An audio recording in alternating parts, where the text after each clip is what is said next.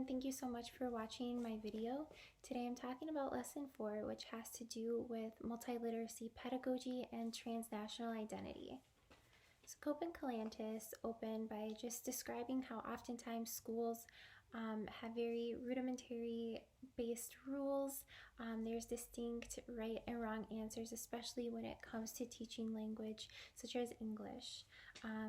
And this is actually very opposite of what multiliteracy pedagogy is.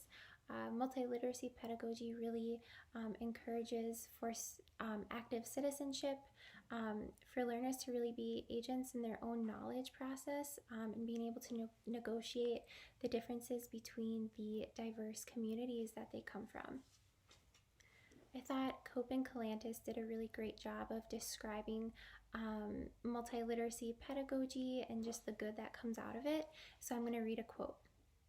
They say, "The kind of person who can live well in the world is someone who has acquired the capacity to navigate from one domain of social activity to another, who is resilient in their capacity to articulate and enact their own identities, and who can find ways of entering into dialogue with and learning new and unfamiliar social languages."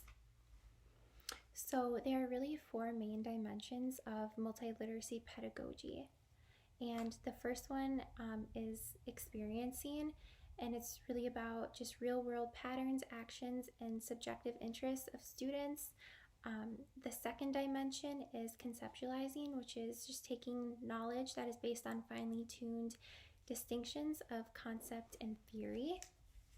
The third dimension is analyzing, and that's just being functionally analytical and evaluative with respect to relationships and power.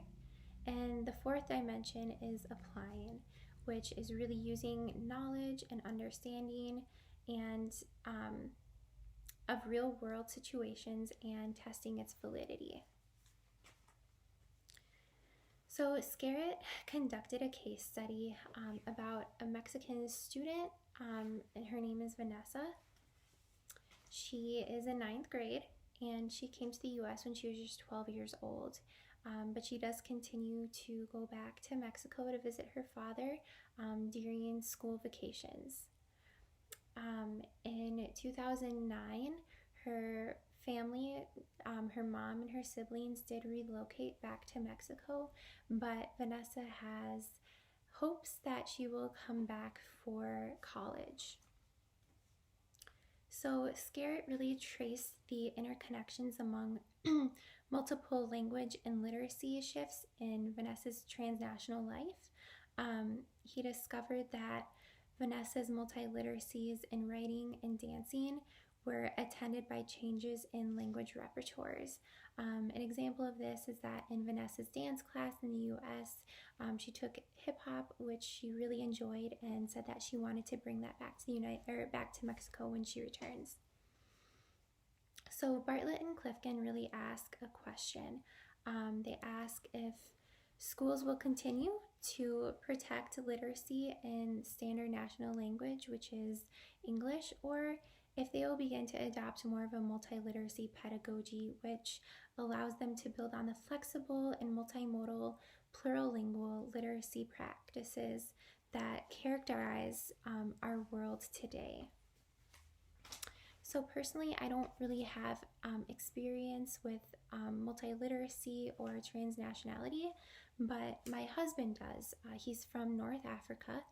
He came to the US when he was in college, and he really ever since kind of goes back and forth and takes aspects from both cultures and languages and integrates them into his current life today. When I asked, he did say that his professors in college really didn't leave any room for multiliteracy pedagogy, and his education was very based on the standard rules.